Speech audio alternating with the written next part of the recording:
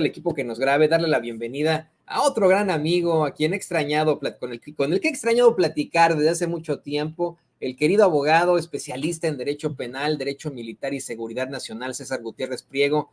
Querido César, bienvenido, ¿cómo te va? Toño, ¿cómo estás? Buenos días, un placer saludarte. Es un placer siempre platicar contigo aquí en Sin Censura. Y pues nada, te he estado leyendo en redes sociales, me llamó mucho la atención el seguimiento, antes de que pasemos al tema de lleno de Genaro García Luna, me llamó mucho la atención la respuesta que le haces a un personaje que le gusta ponerse pantalones de cuero muy entalladitos, muy apretaditos, sobre pues un llamado que hace a la violencia, un llamado a la revolución, como si verdaderamente fuera algo sencillo, algo normal, algo que este sujeto pueda sacarse de la banca, un conflicto armado, ¿no? Y mira, como familiar muy amoroso de miembros de las Fuerzas Armadas, estoy completamente de acuerdo con lo que planteas en tu columna en La Silla Rota, el orgullo incomprendido de ser militar. Permíteme leer la primera parte que es verdaderamente fundamental. Dices, la vocación del servicio de las armas no es para los débiles. Sabemos de antemano que en comparación con otras profesiones, aquí sí se brinda la vida por la nación y se lucha a diario por ser los mejores. La educación militar es vivir bajo un régimen de disciplina, es tener orden y sobre todo lealtad a la investidura del uniforme que se simboliza a la patria. Si algún general, jefe, oficial o tropa demuestra con su conducta lo contrario, es indigno de usar el uniforme verde olivo.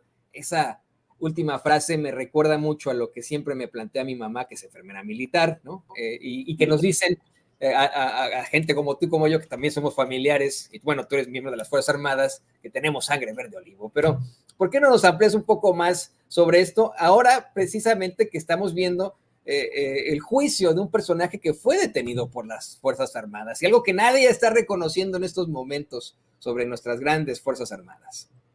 Mira, fíjate, lo que pasa es que yo, incluso en algunos hilos que he hecho en Twitter, les voy explicando a la gente para que tengan los antecedentes.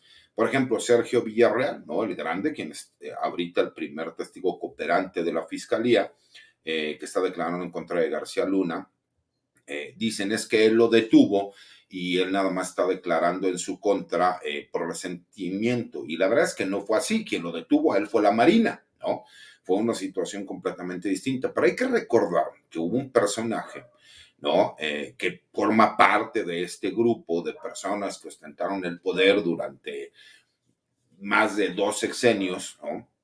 Que es Marisela Morales. Y Marisela Morales utilizó a 3 testigos protegidos como sus testigos estrellas que terminaron acusando a todas las personas que ellos querían perjudicar. Uno de ellos, Javier Rea Valles, que todos los conocemos, excomandante de la Policía Federal, que salió absuelto, pero que utilizaron a Sergio Villarreal con el nombre clave de Mateo, utilizaron a otro testigo protegido también que era Jennifer, que curiosamente ellos conocían y sabían de todos los asuntos y los utilizaban en todos lados. Incluso se les pagaba por medio de una nómina, se les daba protección, y que curiosamente en México sí tenía validez el testimonio que ellos daban y que utilizaban para perjudicar a cientos de personas. Me pregunto yo, ¿por qué ahora todos esos medios de comunicación que dicen que cómo se le va a creer a un delincuente, sí le creían cuando hacía imputaciones en contra de personajes que querían perjudicar a los gobiernos en aquel entonces? Porque recordemos que el asunto del comandante Herrera Valles fue que él directamente denunció que Genaro García Luna estaba coludido con narcotraficantes. Se llevó a cabo todo un juicio, él estuvo varios años en prisión, tuve la oportunidad de conocerlo cuando estuvo en prisión porque le tocó estar con mi señor padre, y la verdad es que fue una persona que demostró con los años su inocencia. Entonces, ¿por qué ahora las dudas? Yo voy de acuerdo que nosotros no tenemos que violar la presunción de inocencia, mi querido Toño, pero ¿por qué siempre? Y es algo que me genera mucha duda. Si los medios de comunicación están defendiendo a García Luna porque tienen miedo de que se filtre esa relación que él tenía con algunos comunicadores, periodistas y medios de comunicación, o es porque este gobierno y la presidencia de la República tienen interés que se conozca toda la corrupción que existió en los sexenios anteriores. Y esa es la gran duda que me genera, porque no entiendo ¿no? Y creo que hay que ser claros, incluso en la columna lo comento al final. A mí me hubiera encantado en estos tiempos, con esta clase de atención mediática y de los medios de comunicación, haber llevado el juicio de mi señor padre, porque hubiéramos tenido la oportunidad de que la gente conociera la realidad de lo que sucedió y no las mentiras que estos medios corporativos sacaron durante años, ¿no? Y que me he pasado muchísimos años en desmentirlos con documentos en mano, pero que hubiera sido, bueno, maravilloso. ¿Por qué? Porque creo que la transparencia es lo más importante. Entonces, me surge mucho, te digo, esa duda. La defensa que están haciendo al personaje es porque tienen un interés personal y tienen miedo de que salga por ahí el nombre de algún medio de comunicación o de un periodista, o es porque simple y sencillamente traen la narrativa de no conceder nada que pueda beneficiar a este gobierno. Y como obviamente si Genaro García Luna sale culpable, pues lo que ha sido, ¿no? Los comentarios de este gobierno durante muchísimos años, ¿no? Desde que pertenecían a la oposición, pues es que había personajes, ¿no? Desde las cúpulas de poder, que lo que hacían era hacer simulaciones de que se trabajaba en el país, se declaró una famosa guerra contra el narcotráfico, con la única intención de desviar la atención a lo que había sido el fraude electoral y para crear una narrativa de que se estaba haciendo trabajo cuando la realidad era que se estaban haciendo beneficios de carácter personal con grupos criminales, ¿no? Entonces creo que esa parte es bien importante, Toño, y creo que la gente no tiene que perderlo de vista. Por eso me he atrevido a estarles recordando con hechos que son del conocimiento público, que cualquier persona se puede meter a internet y checar para que vean que son reales.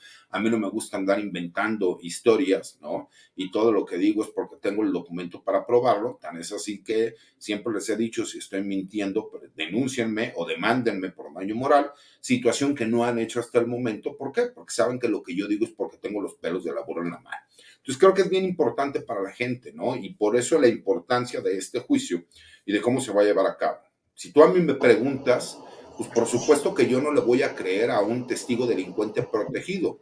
Lo que pasa es que lo que se les olvida es que la fiscalía empieza de forma muy general a dar ciertas informaciones que posteriormente con los demás testigos y las pruebas que van a ir ofertando van a poder demostrar. Parece un dato mínimo el hecho de que le regalaron una motocicleta Harley Davidson.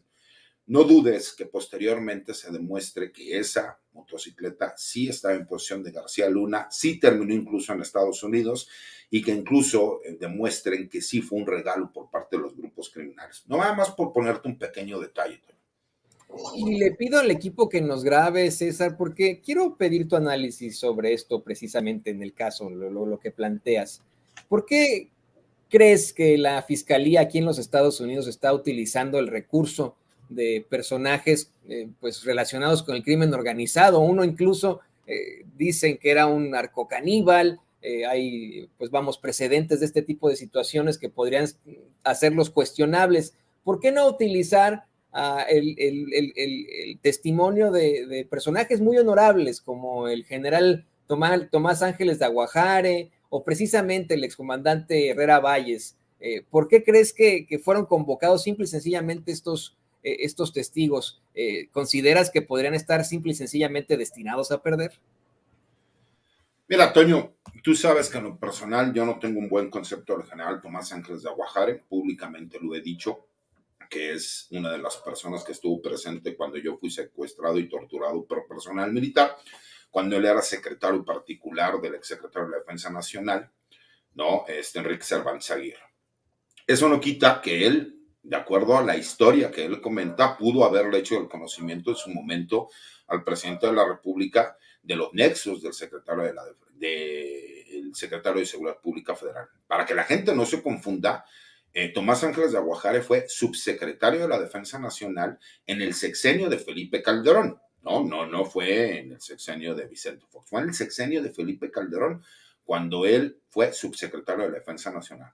Para mí los comentarios que él realiza lo que me generan mayores dudas es si él tenía en teoría conocimiento, el hizo del conocimiento, quien era presidente de la República en aquel entonces, ¿qué pasó con el general Galván Galván, que era el secretario de la Defensa Nacional? ¿A poco él no tenía la información que se la pudo haber hecho llegar también al presidente de la República? Entonces creo que el comentario va más encaminado hacia eso. Pero Toño, tienes que recordar que la forma de trabajo que tienen los fiscales norteamericanos está basada en lo que fue el ataque a las mafias italianas, ¿no? Que era la Cosa Nostra y con la famosa ley Rico. Esta ley Rico lo que hacía era que utilizaba a criminales confesos por crímenes directos que podrían rendir testimonio que pudiese servir para acabar con este grupo del crimen organizado. Y esa es la forma de trabajo que han tenido en las últimas décadas porque les funcionó mucho en este trabajo que hubo, ¿no? Por Rudolph Giuliani para acabar con las principales familias de la mafia en los Estados Unidos y que eran pues quienes se encargaban casi de el gran número de delitos que se cometían no solo en Nueva York, sino en todo el país de los Estados Unidos de Norteamérica. Esa es la forma que han tenido y que han estado trabajando y que a ellos les interesa para poder llevar a cabo. Hay que recordar que este juicio viene como consecuencia del juicio de Joaquín Guzmán Loera, el Chapo Guzmán, por eso la gente se confunde. Recordemos que de acuerdo a la jurisdicción, tendría que haber sido una corte de Florida o una corte de Los Ángeles quien hubiera tenido que hacer las imputaciones directas en contra de García Luna desde donde fue detenido, el lugar en donde él vivía. ¿Por qué se buscó que fuera en esta corte en Nueva York? Porque es la continuación. ¿Por qué se buscó que fuera el mismo juez que llevó el caso de Joaquín Guzmán Loera, el Chapo Guzmán? Porque es la continuación de este juicio contra el cártel de Sinaloa y sus principales figuras. Por eso se está llevando ahí para que la gente pueda tener en claro por qué se da esta situación y que además las declaraciones vienen y se tomaron por ciertas del juicio de Joaquín Guzmán. Por lo mismo se hacen las imputaciones en contra de García Luna porque ya se tenía una investigación que data, por lo menos de acuerdo a lo que manifiestan los mismos fiscales, de más de 10 años. Eso es algo que creo que es muy importante porque tiene mayor peso el que un criminal confeso que ya reconoció haber cometido delitos por los cuales fue sentenciado, pueda manifestar de forma directa lo que le consta y que ya fue probado de forma anterior en otro juicio. Un ejemplo muy claro para que la gente lo pueda entender, porque de alguna forma sí son importantes el testimonio que puedan rendir. No todo el testimonio, pero sí parte de él. Si ya se comprobó que él, por ejemplo, traficó drogas hacia los Estados Unidos, recibió dinero y ese dinero lo movió hacia México, él ya está por lo menos demostrado que hubo cantidades de drogas y cantidades de dinero que recibió. Además, que él trabajaba a lo mejor para una persona como Joaquín Guzmán Loera, no por poner un ejemplo, no es el caso, pero para poner el ejemplo, en donde ya quedó comprobado por medio de una sentencia y es una verdad jurídica que efectivamente él trabajaba para él. Con esos datos y con esos antecedentes, entonces tú manifiestas y también se declaró en su momento que la persona que apoyaba al cartel era fulano, mengano y perengano. Y si bien es cierto, a lo mejor no aportan otro dato de prueba que pueda corroborar el dicho, sí existen ya un par de sentencias que lo hacen creíble, ¿no? Y eso concatenado con todas las demás declaraciones de los diferentes delincuentes confesos y con las pruebas que terminará ofreciendo a la fiscalía, le darán certeza al jurado, porque hay que recordar algo. Aquí lo importante es convencer a 12 ciudadanos de los Estados Unidos que no conocen de leyes y que lo único que hace el juez es que se lleve, ¿no?, la regulación legal, ¿no?, del juicio, pero es para convencer a esos 12 ciudadanos que de forma unánime van a determinar si es culpable o no. En caso de que no haya un concepto de unanimidad por parte de estos 12 jurados, recordemos que el juicio se va a declarar nulo. Entonces, creo que es muy importante esta parte para que la gente lo pueda entender y el por qué se utilizan a delincuentes confesos en los cuales ya existen sentencias de hechos que ya pudieron demostrar que son reales. Por eso utilizan mucho este precepto de la ley Rico, que es para atacar a grupos criminales y que tuvo tanto éxito con lo que fueron las mafias en los Estados Unidos. No, y mira, hace unos momentos Vicente Serrano nos daba claridad sobre esto. Él consiguió entrar a la corte del Distrito Este ahí en Nueva York. Y de hecho, le pido al equipo que nos grabe, querido César, para enlazarnos directamente con precisamente Vicente Serrano, justo ahora, a la salida precisamente de esta otra audiencia, un testigo que tuvieron.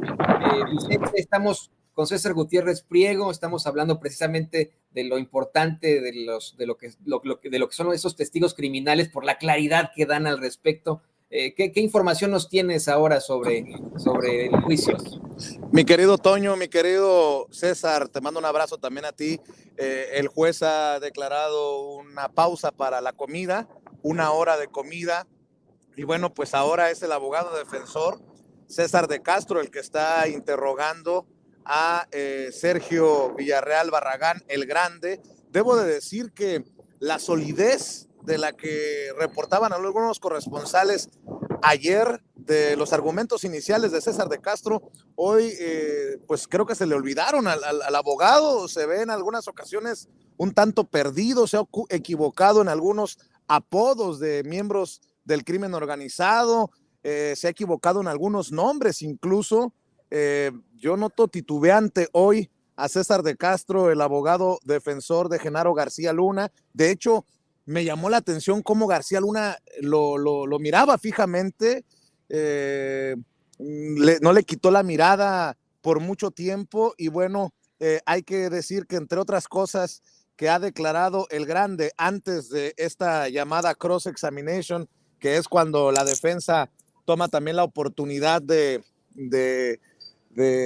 entrevistar al testigo, en este caso le decía el Grande, Sergio Villarreal Barragán hace referencia a que en algún momento durante este conflicto entre la facción del Mayo Zambada, del Chapo Guzmán, con los Beltrán Leiva al interior del cártel del Pacífico, hubo momentos en los que asegura el Grande, se entregó información por parte de los Beltrán Leiva en torno a los personajes que querían que fueran arrestados.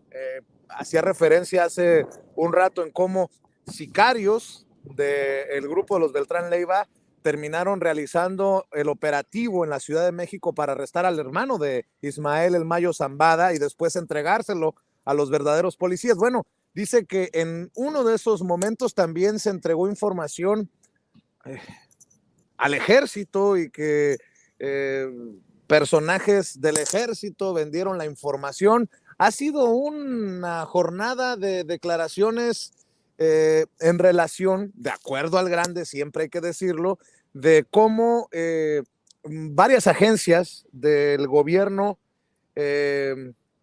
se corrompieron y recibieron los beneficios de miembros del crimen organizado.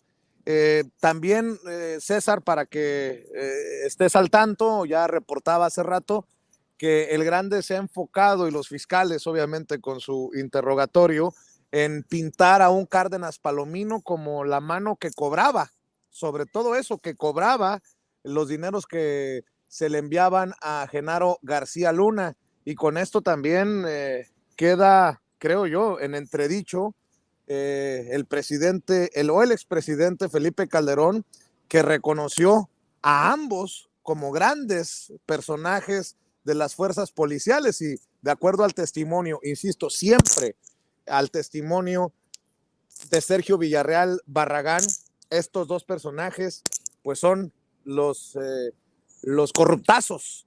Genaro García Luna como líder de esta mafia al interior de las fuerzas policiales, el gran jefe, y Luis Cárdenas Palomino como el gran achichincle de las cosas que están surgiendo. Y ahora en momentos en que toma la batuta la defensa, el abogado defensor de Genaro García Luna, creo que está pintando su estrategia para llevar al jurado, por ahí la veo yo, así lo entiendo, a pensar que en un descuido, no lo tengo definido, pintar a Genaro García Luna como la víctima del crimen organizado, porque le ha estado preguntando insistentemente al Grande sobre lo que le ocurría a los que consideraban desleales, traidores, y que pues muchos de ellos terminaron asesinados por los liderazgos del crimen organizado.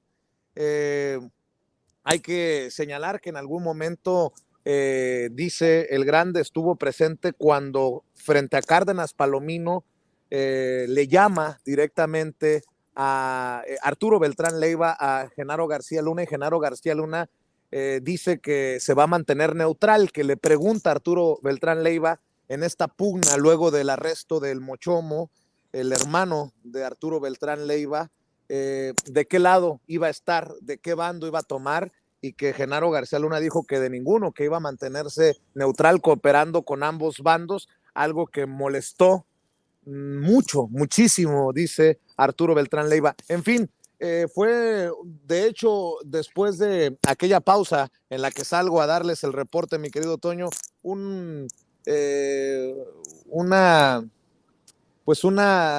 episodio no muy largo, que digamos, con el abogado defensor de Genaro García Luna también cuestionando al testigo cooperante de los fiscales de Estados Unidos. Y pues afortunadamente tenemos la oportunidad de reportar lo que estamos viendo y estamos escuchando al interior de esta Corte Federal del Distrito Este de Nueva York, para que confirmen o confirmando lo que les decía, que Genaro García Luna se percata de la presencia de algunos periodistas, entre ellos su servidor, luego de la pausa de hace rato, y que después de estar cuchicheando y sonriendo con una mujer que forma parte de su equipo legal y que le menciona que estamos ahí presentes, ahora lograron conversar por breves momentos poniendo o tapándose con uno de los monitores que se encuentran en esta sala en donde se está registrando una audiencia más, un episodio más de este juicio contra Genaro García Luna. Estados Unidos contra Genaro García Luna, mi querido César, mi querido Toño. No sé si César quisiera agregar algo sobre esto, que estaba dando un análisis muy importante sobre los recursos tanto de la Fiscalía como de la Defensa. Oye, ¿no te llamó la atención que el mismo Grande dijo que cuando detuvieron al rey Zambada, que se hicieron pasar por agentes del Asiado, le tomaron una fotografía para que no se los fueran a cambiar las autoridades de la Ciudad de México? O sea, imagínate, uno de los delincuentes confesos más importantes que ha habido en el país y que ahora es testigo cooperante en Estados Unidos, porque hay que recordar algo. Sergio Villarreal, el Grande, fue el testigo estrella protegido en la Procuraduría General de la República con Marisela Morales en el sexenio de Felipe Calderón, y que hizo imputaciones a cientos de personas, y en México se decía que era una verdad escrita lo que él declaraba. Tenía nombre clave de Mateo. ¿No se te hizo raro que él mismo se quejara que la corrupción en México era tan grande que le tuvieron que tomar una foto al rey Zambada para que no se lo fueran a cambiar? Sí, básicamente dice que la corrupción reina de tal manera que ellos, para asegurarse de que no intercambiaran al detenido, en este caso el rey Zambada, en este revelador operativo del que hace mención, que fue llevado a cabo con sicarios más que con policías, y que después entregan al hermano del Mayo Zambada a las autoridades reales, que le toman fotografías, se aseguran de tomarles o de ordenar que se tomen fotografías antes de subirlos a las patrullas de la policía del Distrito Federal en ese entonces, y verificar que el entregado era precisamente el mismo que habían ayudado a arrestar. Definitivamente, de las anécdotas que van quedando, como, y les decía, creo que la defensa va a ir por este camino de pintarle a los jurados que el cártel no perdona lo que vean como alguna traición, y por ahí podría darse el caso sin, de que pinten a García Luna como una víctima que con miedo coopera al final con estos personajes, porque insistentemente César de Castro, el abogado defensor de Genaro García Luna, le pregunta a El Grande por su rivalidad con el Z40, Miguel Treviño. Le pregunta, ¿pero era un odio personal? ¿Usted ha declarado que fue un odio personal porque le habían asesinado a su cuñado? Después el Grande corrige al abogado defensor de Genaro García Luna y dice, pero usted salía los fines de semana buscando a este personaje, ¿no? Dice, no nada más los fines de semana, todos los días, provocando la risa de algunos de los presentes en esta audiencia durante la sesión de preguntas de interrogatorio de la defensa. Dice el grande, nada personal, todo negocios, no me caía bien este personaje, pero business is business, básicamente, en estas declaraciones de Sergio Villarreal Barragán, el grande, que seguirá siendo interrogado por el abogado defensor de Genaro García Luna cuando regresemos de este receso para la comida alrededor de la 1:30 de la tarde, mi querido Toño, mi querido César. Yo les quería comentar, y de hecho le pido al equipo que nos grabe, que en el monitoreo de notas que hemos hecho en tanto medios tradicionales en México como en los Estados Unidos, me encontré con una entrevista que le hacen para NPR aquí en Estados Unidos. Ya saben que tienen esta especie como de intercambio con la BBC de Londres, a un periodista mexicano en el que por supuesto que durante toda la entrevista se critica a López Obrador y etcétera. Pero me llama mucho la atención, querido César, querido Vicente, que se maneja siempre la presunción de inocencia de Genaro García Luna, a pesar de la gran montaña de evidencia que existe en su contra, a pesar de que ha sido documentado en varias investigaciones periodísticas con todo el rigor, pues estos nexos que habría tenido con el crimen organizado, a pesar de las declaraciones que existen de personajes que habían advertido a Felipe Calderón y etcétera. Y yo quería pues hacer este análisis con ustedes, tú César como abogado y Vicente como periodista, puesto que yo no vi a la BBC, por ejemplo, cuestionar que no se estaba manejando la presunción de inocencia de un personaje como Saddam Hussein cuando lo detuvieron y que pues después lo condenan a muerte. En todo momento se conoció sus violaciones a los derechos fundamentales. No sé si quieras opinar algo sobre esto, querido César. Mira, yo sí creo que se tiene que defender la presunción de inocencia en todo momento, pero que también nosotros tenemos que ser realistas con los análisis, y los análisis son lo que son. Nosotros no estamos diciendo en ningún momento que Genaro García Luna sea culpable, porque eso lo va a determinar un jurado, ¿no? Porque desafortunadamente en México nunca se le inició una carpeta de investigación, y si se le inició fue posterior a. Recordemos que cuando fue la operación Limpieza, que por ahí hubo imputaciones directas en contra de Genaro García Luna, quien salió a eximirlo de toda responsabilidad fue el Procurador General de la República, Eduardo Medina Mora. Entonces, pues desafortunadamente en México ya dijeron que no había delitos que perseguir, por lo menos en aquel momento, ¿no? Y con Marisela Morales, días antes de que entrara el presidente de la República y el nuevo fiscal general, se le exoneró por haber utilizado estos testigos protegidos que mentían de forma flagrante, que se les demostró, y que fue ordenado por un tribunal colegiado que se iniciaran estas averiguaciones previas. Una cosa es que nosotros no podemos decir que es un delincuente confeso, pero nosotros sí podemos suponer, sin violar su presunción de inocencia, que él cometió una serie de delitos y de actos omisivos. ¿Para qué? Para proteger a un cártel de la droga, porque por lo menos la imputación está en ese sentido. Y creo que tenemos que ser muy claros, ¿no? Hasta que no exista una sentencia, el señor será culpable, pero por lo menos dicen por ahí, si huele, ¿no?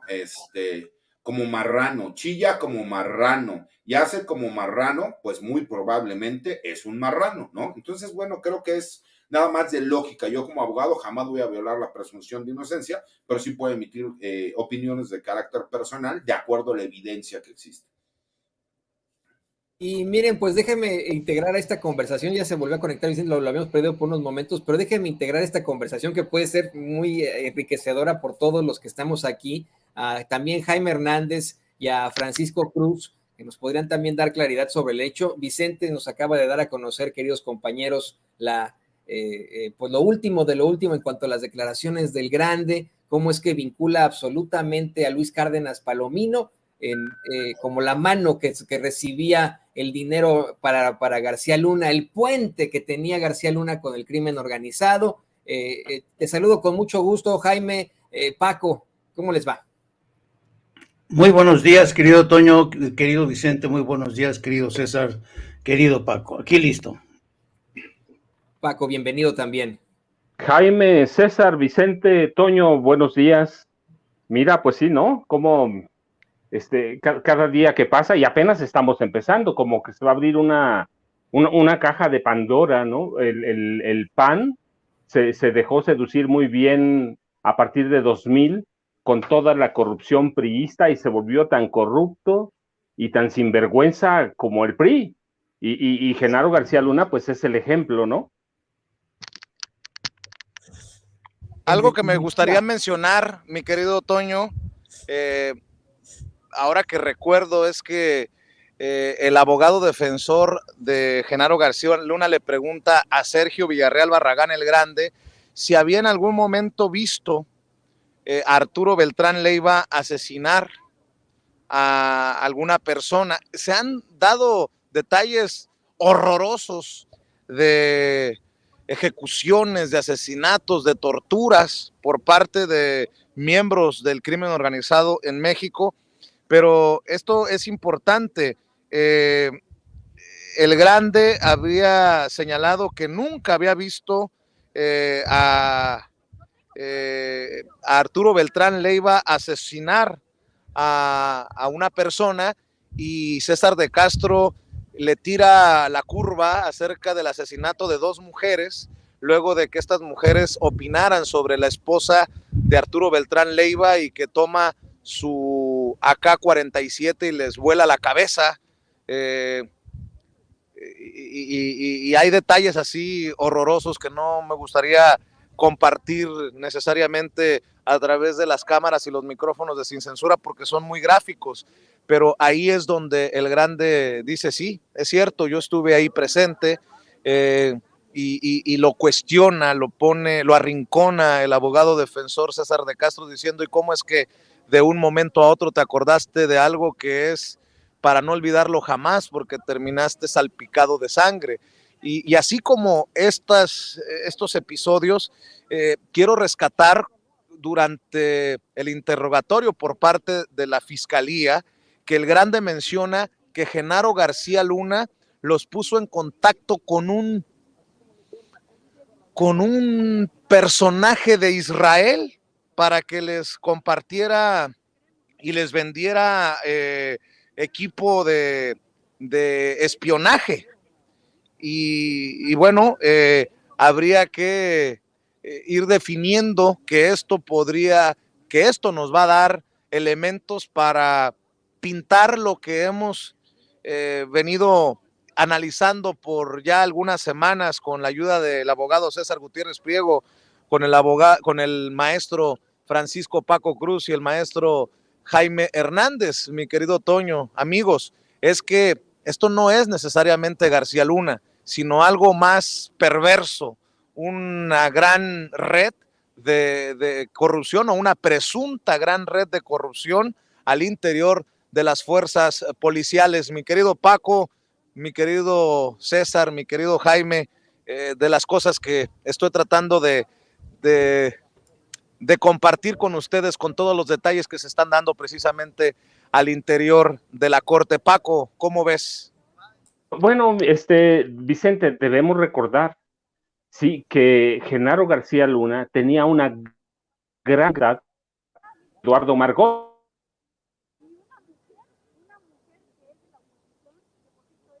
y la compra de equipo de espionaje.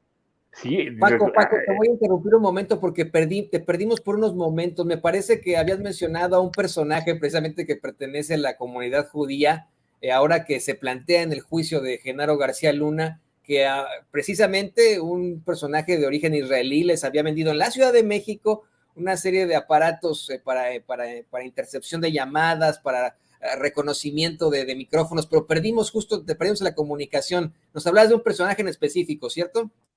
No, pero claro, mira, hay que recordar que Genaro García Luna, desde la época de Ernesto Zedillo Ponce de León, sí, trabó primero acercamiento y luego amistad con Eduardo Margolis, quien es un personaje de la comunidad judía con el que supuestamente negociaba algunas liberaciones. La verdad es que las bandas, después de de la de Daniel Arismendi López, el Mocha Orejas. Después de esa banda, prácticamente todas las bandas de secuestradores las controlaba Genaro García Luna, con sus personajes que venían con él desde el CISEN. Así, y ellos traban negociaciones y cercanía con Eduardo Margolis, y empiezan una gran amistad de negocios, de compra de equipamiento, de inteligencia, y entonces ahí está el vínculo con la comunidad judía y con el equipo que trajeron de Israel, que además, bueno, lo recordamos ayer, César lo ha recordado ya varias ocasiones, tenía el grande, en su momento fue uno de los informantes protegidos de Genaro García Luna.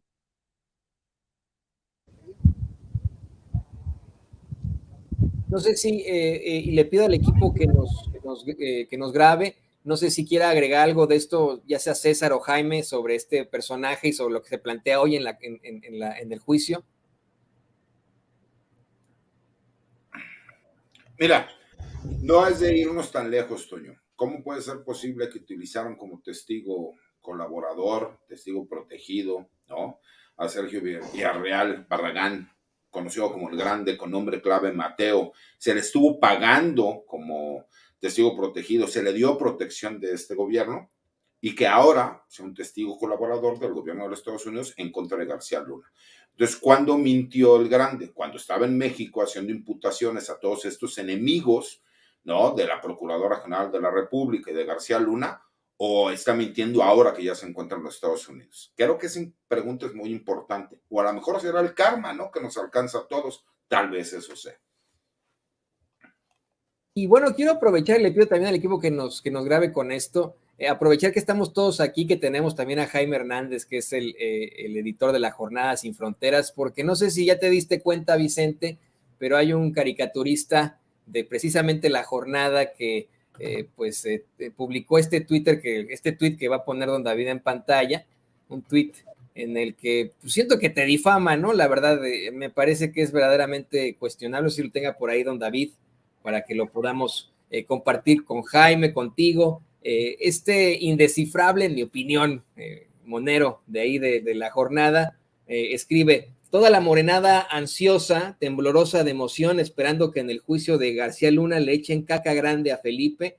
AMLO lo aborrece y sus servidores que hacen tareas de periodistas también, como el Vicente Serrano haciendo el ridículo en las calles de New York, y te pone tu foto en la que estás con una sombrilla, frente a nuestro equipo, como lo hacemos muy dignamente. ¿Quién es este personaje? Se llama Magú. Bueno, no sé si nos puede informar sobre esto el querido Jaime. No, a ver, nada más quiero decir una cosa, mi querido Toño.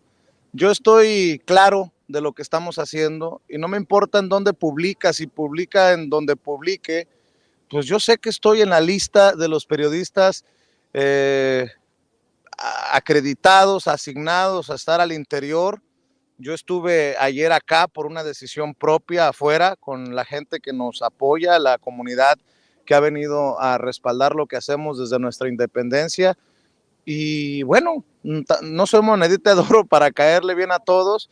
Si ando con este micrófono pues todo pelado, y si ando con un tripié que tiene cinta canela, lo hice a propósito porque la cinta canela siempre la vamos a necesitar. Los que sabemos de televisión entendemos que siempre necesita cinta canela, y ahí está por alguna razón, no porque esté roto nuestro tripié.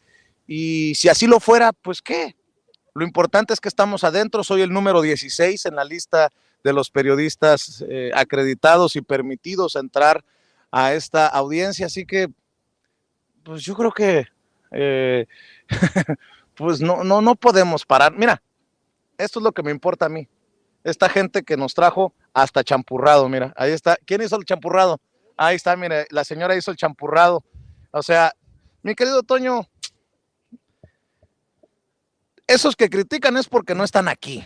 Esos que critican es porque pues no tienen interés necesariamente en brindarle a sus audiencias, a sus lectores, a sus suscriptores información de primera mano. Así que Aquí está lo que... Bueno, síganle. Entre más nos critiquen, más famosos nos van a hacer, hombre. Y sigan haciendo chile con la cola total. Me da mucha risa que los que critican no están aquí, mi querido Toño. Pero bueno, te saludo también, Jaime, y hay muchos detalles que analizar, ¿no? Desde, como dice el grande, que Genaro García Luna recibía el dinero cada mes por parte de los Beltrán Leiva, de cómo se hacía una polla, una vaquita para juntar dinero entre los diferentes liderazgos del cártel de Sinaloa, y que después Arturo, cuando se pelean todos en el cártel de Sinaloa y toman partido, decide él seguirle pagando por su cuenta a Genaro García Luna con tal de que le siga apoyando con información e inteligencia. Pero bueno, al final son las declaraciones del grande, que continúa en el banquillo de los testigos siendo interrogado por la fiscalía y por el abogado defensor de Genaro García Luna. Sí, yo creo que desde el principio sabíamos, querido Vicente, que la clave de la defensa será tratar de desacreditar por todos los medios posibles a la acusación, a los testigos que ha presentado la fiscalía. ¿Y por qué es importante desacreditarlos? Porque aquí estamos hablando y de alguna manera ustedes, los que han intervenido, han apuntado hacia eso. Es decir, están tratando de contrarrestar el daño infligido ayer por Sergio Villarreal el Grande, cuando desveló que le entregaba el dinero, pero es muy interesante que la gente entienda que aquí no se trata solamente de Genaro García Luna. Yo creo que de lo que estamos hablando es quien está sentado en el banquillo de los acusados, sí, Genaro García Luna, pero también quien está sentado en el banquillo de los acusados es ese ente que todos conocemos bajo el nombre de el narcoestado. Es el narcoestado el que está sentado en ese banquillo de los acusados. Entonces, han empezado por el grande. La defensa sabe muy bien lo que iba a decir el grande, y por eso los abogados de García Luna se están adelantando para tratar de desactivar, para tratar de defenderse como gatos panza arriba, eliminando, expurgando algunos de los testimonios, o de plano eliminando algunos de los testigos. Por ejemplo, a primera hora de hoy, la defensa de Genaro García Luna presentó una moción para que fueran eliminados algunas partes del testimonio que ya tenían preparados Tirso Martínez, al que se le conocía como el futbolista.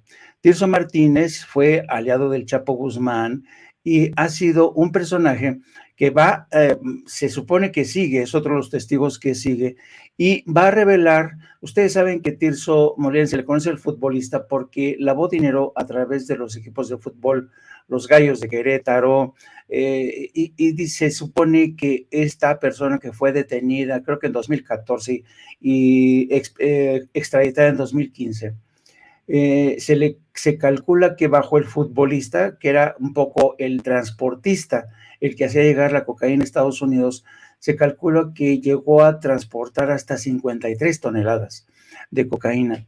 Entonces, cuando vayan desfilando los testigos, van a surgir los testimonios de, por ejemplo, lo que hacían hace un momento alusión nuestro querido Paco, relacionados con el Margolis.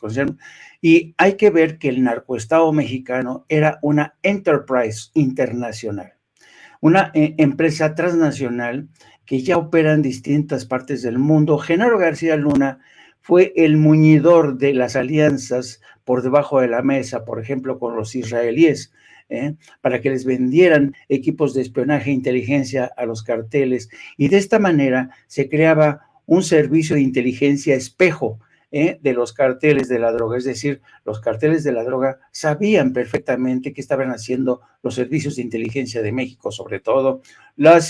Podían espiar a sus adversarios, podían espiar al gobierno de México.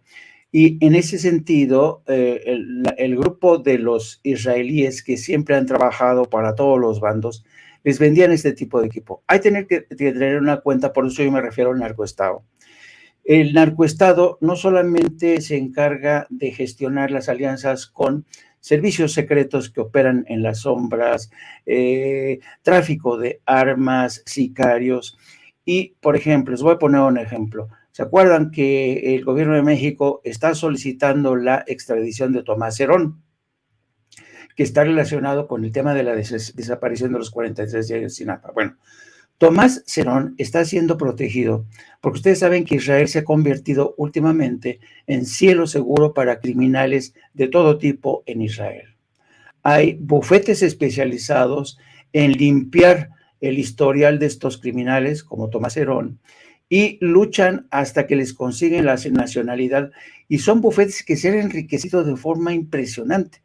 Por eso Andrés Remer y Tomás Herón no han podido ser extraditados, porque hay bufetes multimillonarios que se han encargado de ofrecer cielo seguro a criminales en Israel. Entonces, para que nos demos cuenta de la dimensión que tiene el narcoestado, que está personificado en estos momentos por Genaro García Luna, que está sentado en el banquillo de los acusados. Vamos a ver desfilar testimonios. Yo no sé hasta qué punto consiga la defensa eliminar parte de los testimonios de Tirso Martínez, el futbolista, que supone es el testigo, uno de los testigos que ya esta moción la presentaron a primera hora de hoy, los abogados, y también, pero no se puede ver en qué sentido va esta moción, porque está sellado todavía según el docket del Departamento de Justicia de Estados Unidos, de la Corte Federal en Nueva York, que está juzgando este tema. Yo pongo sobre la mesa, si me permiten esto, porque obviamente hemos escuchado el interrogatorio de ambos bandos hasta el momento, tanto de la Fiscalía como del abogado defensor César de Castro, el abogado defensor de Genaro García Luna, y en el banquillo testificando, declarando Sergio Villarreal Barragán el Grande. ¿Qué tanto peso puede tener, insisto, lo que diga un testigo cooperante como el Grande? Si César de Castro dice, entonces usted está declarando, el Grande, usted, Grande, está declarando que vio a Arturo Beltrán Leiva asesinar a 2 mujeres. Si usted dice, habla de lo violento que resulta trabajar en el mundo del narcotráfico, de las torturas que le tocó ver, todos los detalles que se han dado. Yo me pregunto entonces qué tanto peso tiene que por otro lado diga el Grande, yo vi, yo estuve presente, yo escuché conversaciones entre Arturo Beltrán Leiva y Genaro García Luna. Y es más, en algunas ocasiones, durante esas comunicaciones, estaba presente Luis Cárdenas Palomino, que recogía el dinero para Genaro García Luna. Pregunto, por ejemplo, César.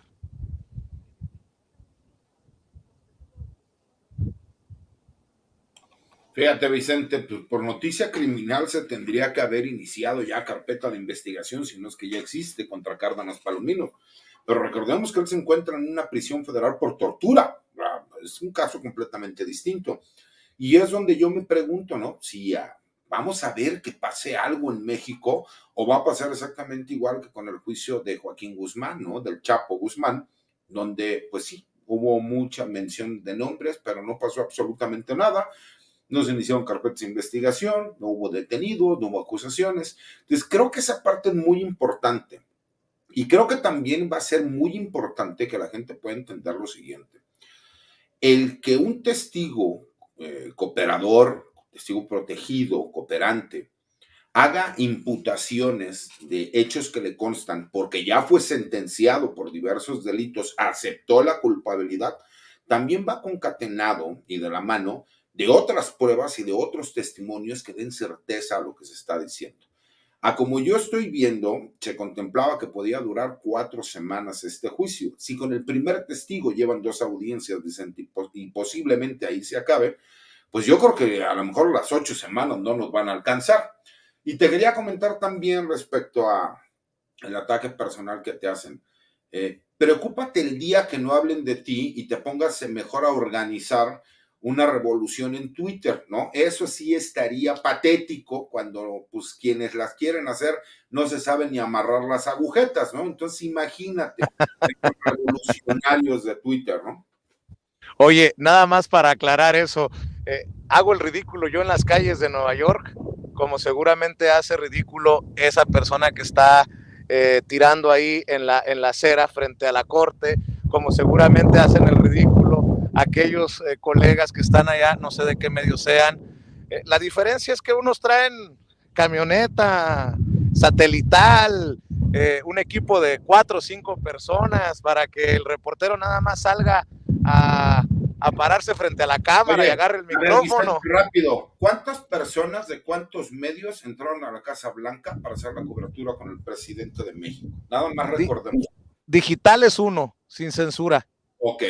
¿Cuántos medios digitales se encuentran hoy en la Corte de Brooklyn autorizados para estar dando seguimiento al juicio? Pues yo soy el único youtubero.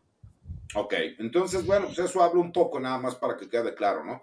Puedes caerles bien o puedes caerles mal, pero el trabajo ahí está, ¿no? Yo soy independiente, pues sí. Uno emite opiniones y la gente puede estar de acuerdo con uno o no. Es como a mí me dicen, hijo de tu perra madre, y yo, ¿qué culpa tiene mi mamá de mis opiniones? Mienten a mí, pero no a mi pobre madre.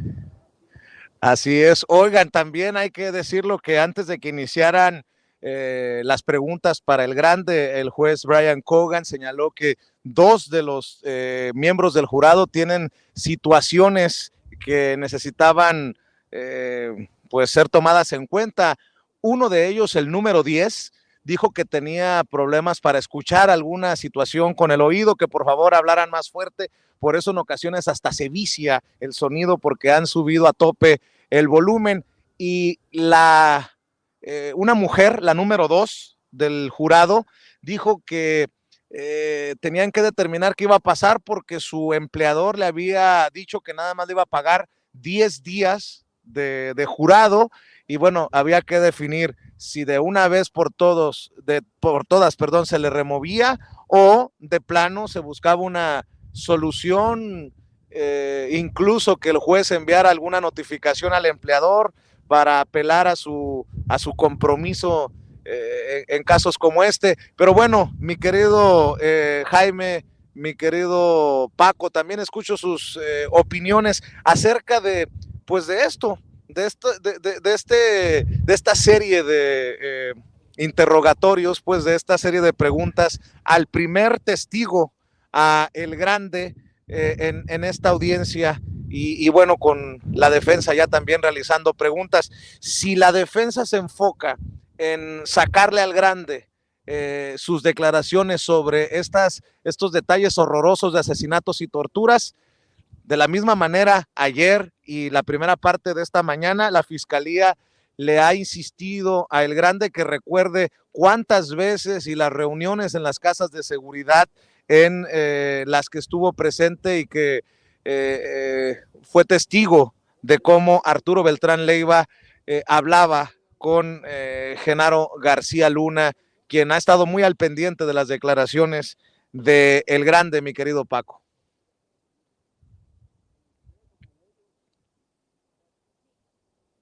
A ver, no escucho. A ver, Paco, dame tu opinión, tus comentarios sobre esto que surge en este segundo round de preguntas a El Grande. Pues mira, Vicente, es una película que vamos a ver mucho. El papel del abogado defensor, ¿cuál es? Pues primero mostrar en este caso a esos criminales, porque esos son, como lo que son, monstruos, y presentarlo ante un jurado, espantarlos, darles la imagen de primero, que por ser monstruos, por ser estos criminales sangrientos, no tienen credibilidad. La cuestión, y lo decía César hace rato, pues el Grande fue testigo colaborador de Genaro García Luna, ya lo hemos documentado antes, entonces es normal, ¿no? Yo recuerdo mucho, mira, palabras de Genaro García Luna cuando lo acusaban algunos narcos decía, son diatribas, pues ahora los fiscales se tienen que enfocar seguramente en eso, pero bueno, es una lucha de narrativas, es una lucha de estrategias, es una lucha de poder, tratar de posicionarse. En algunos de los jurados, recuerda, siempre hay un líder y en ocasiones lo que es emocionante, no siempre, pero en ocasiones lo que es emocionante a los juicios en Estados Unidos, es eso, que nunca sabes cómo van a reaccionar, nunca sabes cómo van a pensar, entonces tienes que impactar y cada uno, mira, va a ser la estrategia que le convenga, la que crea conveniente, hasta donde el juez les permita usar cierta marrullería legal, para eso está el juez, ¿no? Que es el facilitador del juicio, pero tienen que impactar, no, recuerda, no en el juez, tienen que impactar en los 18 jurados, tienen que impactar en todos ellos, pero en especial, seguro que tienen a por un voto, por uno, no se resuelven los casos. Y como en todos de hace mucho, tiene que ser unánime, no puede haber una mayoría, no puede haber 10-2, 9-3, no, tiene que ser unánime. Entonces es un juego de estrategias que se va a prolongar. Mira, yo creo que tranquilamente va a llegar a los más de 80 días, así como empiezan con el grande. Entonces, un juego de estrategias que empezamos ayer a ver, hoy ya lo reconfirmamos, y eso es lo que hace en parte excitante a los juicios por jurado, que es una herencia británica, ¿no? En parte. Entonces hay que verlo, hay que esperar, pero pues la lucha del fiscal, la lucha de la defensa, y por lo que veo, mira, mucho es Genaro García Luna, está colaborando en la estrategia con su abogado, los conoce, se conocen, saben de qué pie cojean, y eso es lo que vamos a ver en todo el juicio hasta que se presenten las evidencias reales, que es lo que va a impactar más al jurado.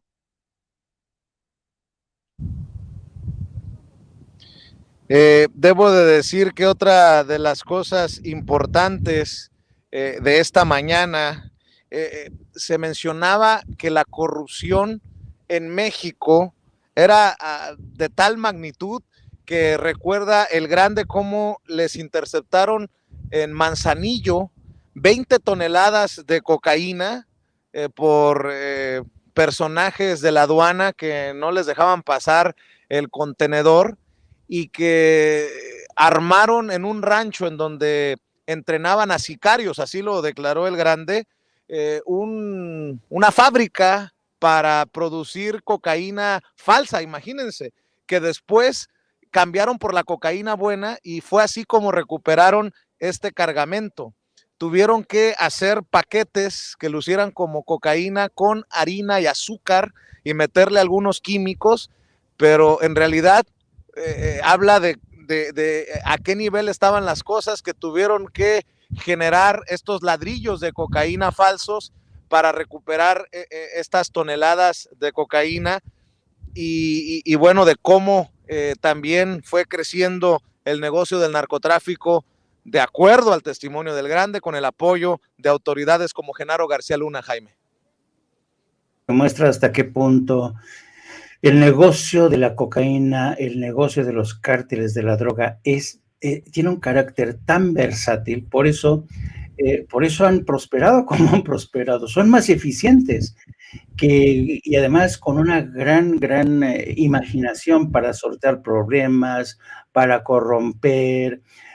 Por eso en México los capos de la droga fueron no solamente capaces de crear un estado paralelo dentro del estado.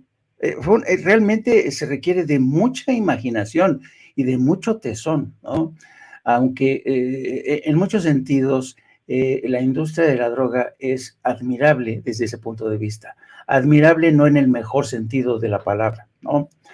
Pero entonces esto te pone al descubierto cómo poco a poco la industria de la droga a nivel internacional ha florecido, pero se ha modificado no solamente en base a las necesidades. Por ejemplo, hoy sabemos que los carteles de la droga han dado un cambio importante hacia el fentanilo, Pero, por ejemplo, cuando tuvieron problemas con el tema tras los atentados del 11 de septiembre del 2001, cuando se reforzó la seguridad fronteriza con Estados Unidos, los cárteles de la droga se partían de la risa porque seguían pasando a través de túneles. Fue la industria de los túneles, fue un recurso de los cárteles de la droga. Y últimamente, pues, son tan versátiles que ya trafican haciendo pasar su droga con drones específicamente. Los drones se han convertido en un elemento clave para hacer pasar la droga. Entonces, yo creo que a lo largo de este juicio vamos a enterarnos realmente de las capacidades de esta industria. Yo recuerdo muy mucho que cuando se estaba investigando el caso de Raúl Salinas de Gortari y sus vínculos con los capos de la droga en Colombia, me tocó a mí entrevistar, ¿se acuerdan que se puso a una fiscal, Carla del Ponte, Suiza, para investigar, para que, digamos, fuera una voz neutral? Y cuando emitieron su veredicto, me enviaron a mí, a Suiza, a entrevistar al principal investigador de esa red criminal que arranca con Raúl Salinas de Gortari. Y me acuerdo que en la entrevista me dijo, sí, yo ahora después de investigar esto, le juro que nunca me imaginaba, he aprendido horrores de lo que es el mundo del narcotráfico. Me he asomado a una industria impresionante que tiene una gran versatilidad, tiene una enorme capacidad de corrupción, y a pesar de ello, a pesar de las conclusiones, pues ya ves, a Raúl Salinas de Gortari nunca le pasó nada. Bueno, tropezó con 2 o 3 obstáculos legales, pero al final incluso recuperó su fortuna. Entonces estamos, por eso yo digo, ante una industria que vamos a ver, va a ser fascinante, como lo que acabas de decir, ¿no? Cómo cambiaban, les daban el cambiazo con la droga de cocaína. Bueno, dicho esto, querido Vicente, yo también quería hablar un poco acerca de las críticas que te han llovido, pero específicamente de parte de Magú, el monero, que como sabemos es monero de la jornada, es un monero de larga data muy respetado. Y yo solamente quería decir que, mira, esto te demuestra hasta qué punto en la jornada podría decirse que somos una tribu, ¿no? Pero no con el mismo pelaje, ¿no? Cada quien defiende sus ideas, sus posturas, y en ese sentido la jornada da cobijo a estas múltiples vertientes del pensamiento ideológico, ¿no? Que te puede parecer bien, que te puede ser mal, que te puede parecer execrable, condenable, pues es parte de este oficio. Yo recuerdo que hace muchos años hice una serie de entrevistas con los principales diarios de Europa, a los directores de Le Monde, a los directores de The Guardian, todos los directores de los medios españoles. Y recuerdo muy bien que entrevistando al director del periódico El Mundo, que lo dirigía Pedro J. Ramírez, le pregunté qué tan difícil era dirigir un periódico. Y me contestó, dice, mire, es tan difícil que a veces yo creo que es un milagro que al final de la jornada no aparezca en los estacionamientos del periódico o en un elevador un colega con unas tijeras clavadas en la espalda.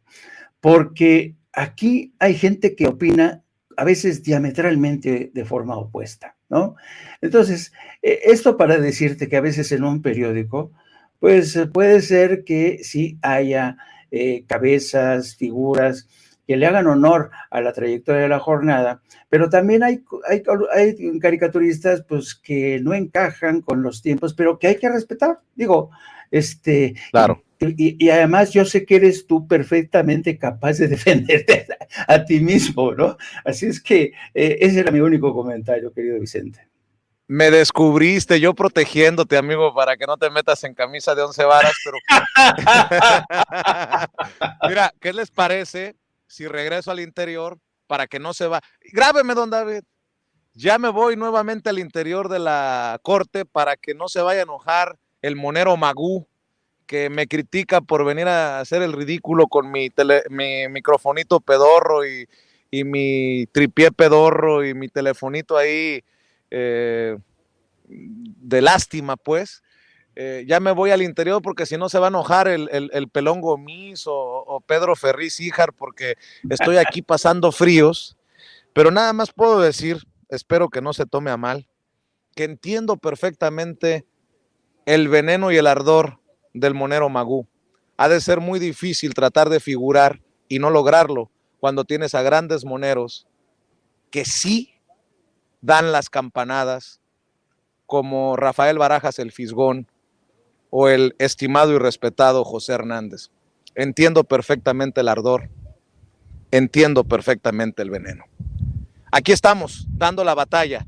Orgullosamente somos el único medio youtubero al interior de las audiencias en este que podría ser el juicio del siglo de Estados Unidos contra Genaro García Luna. Y mi querido Toño, mi querido Paco, mi querido Jaime, con muchas carencias, pero con lo más importante, con la honestidad, con la convicción, con las ganas, aquí seguimos. Y te dejo nuevamente las cámaras y los micrófonos, mi querido Toño, para ir y regresar, para informarle como se merece la audiencia de Sin Censura. Lamento mucho enojar a muchos que en las redes sociales, sobre todo en Twitter, escupen sus miserias, pero ni eso nos va a detener.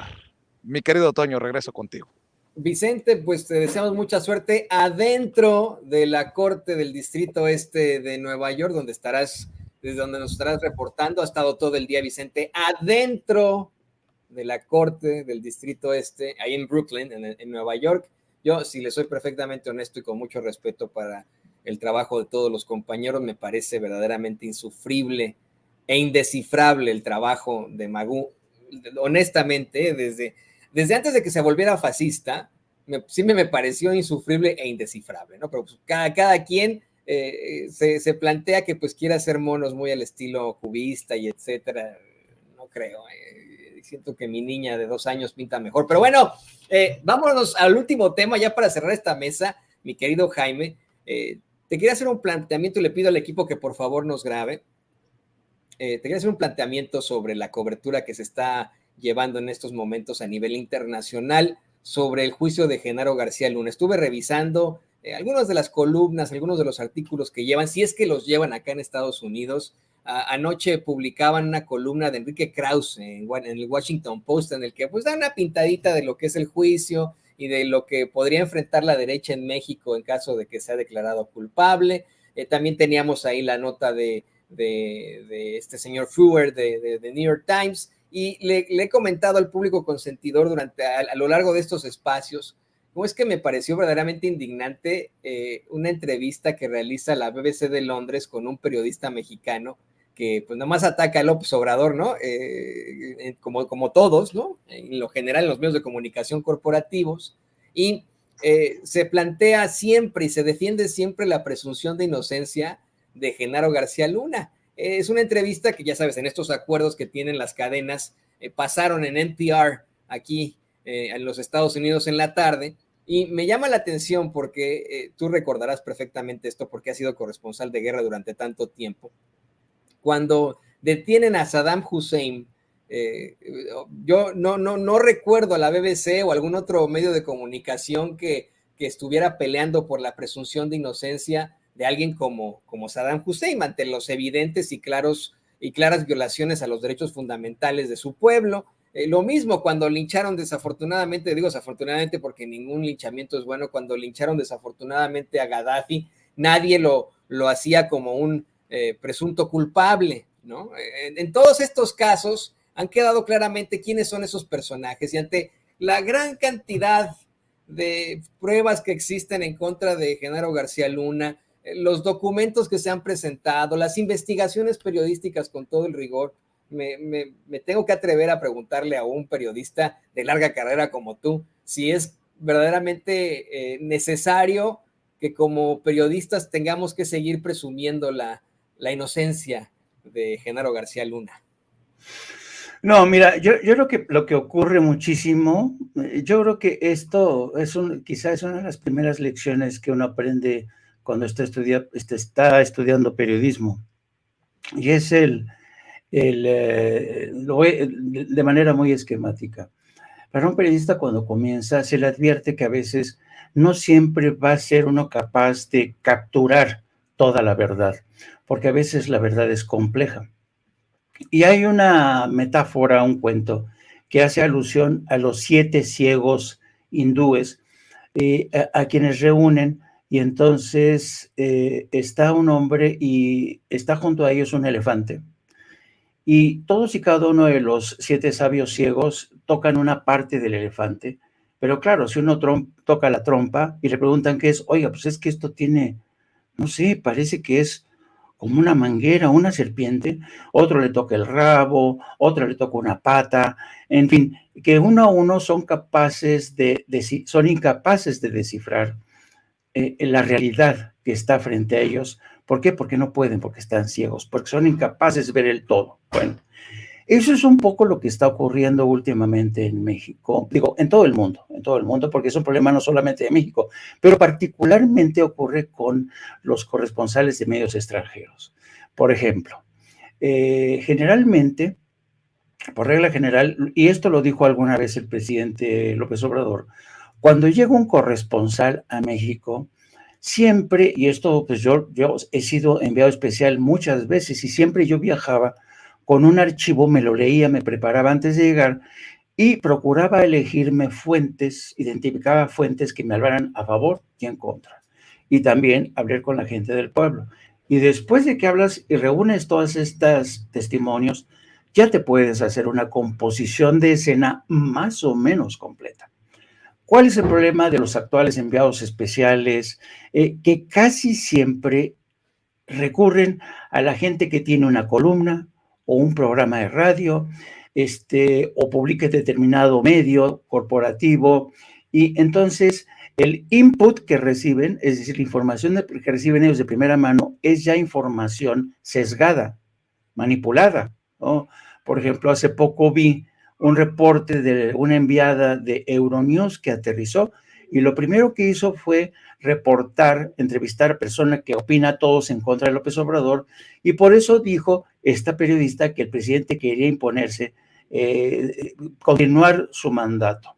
Otro ejemplo por ejemplo, que es mi queja, por ejemplo, con algunos medios, la CNN, por ejemplo. Uno de los periodistas más respetados, creo yo, uno de los periodistas que a mí me gusta mucho su estilo, es Fareed Zakaria, que tiene un programa todos los domingos que se llama GPS. Bueno, pero el problema de Fareed Zakaria cuando tiene que hablar de México, siempre entrevista a los mismos. Por ejemplo, Jorge Castañeda. ¿Y qué opinión te va a dar Jorge Castañeda de México? Entonces, yo creo que en muchos sentidos los enviados especiales, los corresponsales, hoy se rigen bajo la ley del mínimo esfuerzo. No se patean las calles, no buscan contrastar sus versiones. ¿Por qué? Porque estamos ante un medio en un ambiente ya de urgencia, y lo más interesante de todo esto, querido Toño, estamos en un ambiente de urgencia tan rápido, y estamos constantemente bajo una lluvia de información y desinformación, que por primera vez hoy yo puedo decir así abiertamente que hoy es más fácil creer una mentira que una verdad. Hoy es más fácil creerse una mentira que una verdad. Entonces, vivimos en un ecosistema tan cargado de guerras informativas contra información, que necesitas forzosamente de una persona que empine los codos, que se ponga a estudiar, que estudie las fuentes, pero eso no podemos pensar que lo van a hacer todos los corresponsales que van a aterrizar como si llegaran de Marte, y dicen, bueno, pues ¿a quién le pregunto, no? Entonces, eso es un poco de lo que está pasando con y algunos de los medios más especializados y respetados incluso siguen viendo a Andrés Manuel López Obrador como un presidente que es un populista de izquierda, que quiere eternizarse en el poder, y entonces ya con eso dices, bueno, no has entendido la realidad, no has entendido la realidad. Hay quien, yo, pues que soy muy viejo, me acuerdo que en algunas conversaciones que tuve yo con uno de los mejores corresponsales del Financial Times, yo me decía, cuando terminaba su gestión como corresponsal en México, yo le decía, digo, ¿cuál fue la parte más difícil de tu labor como corresponsal en México? Me dice, es que México es muy difícil de conocer. México es como la danza de los 7 velos. Tienes que ir descubriendo poco a poco hasta realmente encontrarte con el verdadero México. Así es que el grado de dificultad de México, y esto te lo dice cualquier periodista, las palabras que yo he encontrado más interesantes para los corresponsales, por ejemplo, los de Televisión Española, una vez un corresponsal, y digo, ¿y qué te parece México? Y me dice, es una realidad muy densa, muy densa. En cuanto llegas a México, te atrapa esa realidad y te olvidas de todo lo demás, te olvidas de España, de todo, porque México es de una densidad brutal. Y entonces tienen que trabajar el doble, el triple a veces para entender esta realidad donde la clase política se disfraza y chapulinea, y eso a veces les cuesta trabajo entender. El oficio del periodismo, los medios de comunicación también, a veces dicen, oye, ¿y este por dónde? A veces me sale azul, luego rojo, luego otra vez rojo y otro azul. Entonces, esto te habla de la complejidad, e insisto, vuelvo a insistir, vivimos etapas, vivimos una época, querido Toño, donde es más fácil creer la mentira que la verdad. Sí, y es algo que utilizan muchísimo ahora. Se van con la fácil en los medios de comunicación corporativos, en la misma radio pública acá en Estados Unidos. Uno de nuestros grandes moderadores aquí, querido Jaime, Ricardo Salas, siempre me plantea lo que están diciendo en otros sitios como Democracy Now, que es la otra mirada, otra situación completamente distinta, pero generalmente siguen esa línea, ¿no? De lo que plantean los grandes. Son muy, muy cuestionables. Yo lo digo con mucho respeto para Mary Louise Kelly, pero cuando se dio esta controversia sobre el aborto, era evidente que ella estaba muy enojada al entrevistar a un gobernador republicano del sur que obviamente quería el aborto en esta ley que se estableció con la Suprema Corte, ¿no? Y en lugar de expresar una opinión, como lo hacemos aquí en Sin Censura, en lugar de demostrar que tenemos humanidad, que somos periodistas de carne y hueso, que también sangramos, pues no, optaron definitivamente por lo robótico que resulta y lo fácil y robótico que resulta el citar o el pues hacer los planteamientos sobre las mentiras que existen directamente en los medios de comunicación tradicionales. Pero bueno, me dio como siempre mucho gusto platicar contigo, Jaime. Desafortunadamente por cuestiones técnicas de las que pues, somos ajenas, perdimos la comunicación con Paco Cruz, con el abogado César Gutiérrez Priego, pero pues, ¿qué te parece que tú nos compartes tus redes sociales para que la gente se ponga en contacto contigo, para que te vean, para que te lean en la jornada Sin Fronteras? Mira, yo voy a seguir leyendo la jornada, lo que resta, ¿no? En definitiva, a pesar del compañero Bulmaro Castellanos Loza, yo voy a seguir leyendo ahí la jornada sin ningún problema, ¿no? Como el resto de los medios de comunicación corporativos y tradicionales, y analizando sus notas, pero por supuesto con mi sección favorita, que es la jornada Sin Fronteras. Gracias, sí, efectivamente, y esto te demuestra un poco también algo de lo que estábamos platicando. A veces la complejidad, mucha gente cree que La Jornada es un periódico que reúne alguien me dijo alguna vez, no, ustedes son los integristas de Resortera, ustedes son unos integristas de Resortera. Y yo me acuerdo que alguien me decía, no, los de La Jornada siempre andan en guaraches y nunca se bañan, ¿no? Pero es la típica, es las críticas típicas de gente que consideran que La Jornada solamente está entregada a una causa. Pero no hay que olvidar que La Jornada fue un periódico y sigue siendo un periódico creado por periodistas, gestionado por periodistas, administrado por periodistas y además una cosa muy interesante, gestionado por mujeres. Gran parte de la ejecutiva de La Jornada es mujer. Es fascinante ese tema porque la verdad son mujeres que han sabido administrar muy bien porque han administrado en tiempos de crisis, han administrado en tiempos de bonanzas y francamente La Jornada es un periódico que sigue a pesar de todo manteniéndose como un referente. Entonces tenemos que entender que La Jornada no es un periódico que sea una sola estructura granítica, ¿no? Es imposible y además sería aburrido. Imagínate que La Jornada estuviera integrada por periodistas que comulgan con las mismas ideas, y hay gente que a lo mejor sí simpatiza con el presidente López Obrador, pero hay gente que de plano no, pero eso hay que entenderlo, ¿no? Entonces, y además yo creo que es bueno que haya diversidad, pluralidad de ideas.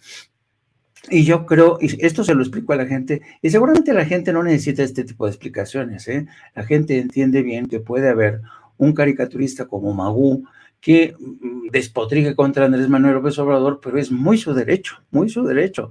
Y lo mismo se puede... Estoy totalmente de acuerdo, ¿eh? O sea, yo, sí, por supuesto que es su libertad de expresión, ¿no? Yo lo que cuestiono hoy es pues una difamación en realidad, ¿no? Al trabajo que hacemos aquí en Sin Censura, ¿no? Es lo que considero. Sí, pues, yo creo que se han metido de forma demasiado gratuita contra Sin Censura, y pero pues así son las cosas, Arrieros somos, querido Toño, arrieros sí, somos. no, sí, en el camino andamos, tienes toda la razón, querido Jaime.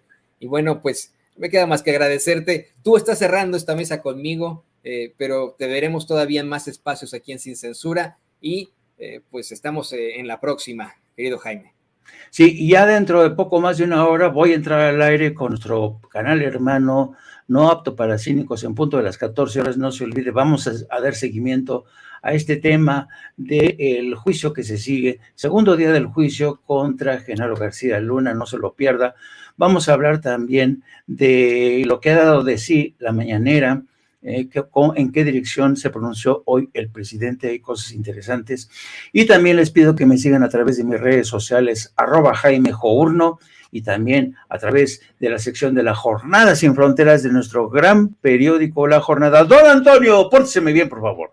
Siempre, y seguiré, te digo, mi sección favorita, la Jornada Sin Fronteras. Y bueno, pues ahí tiene usted al gran editor de La Jornada Sin Fronteras, Jaime Hernández, gran corresponsal de guerra.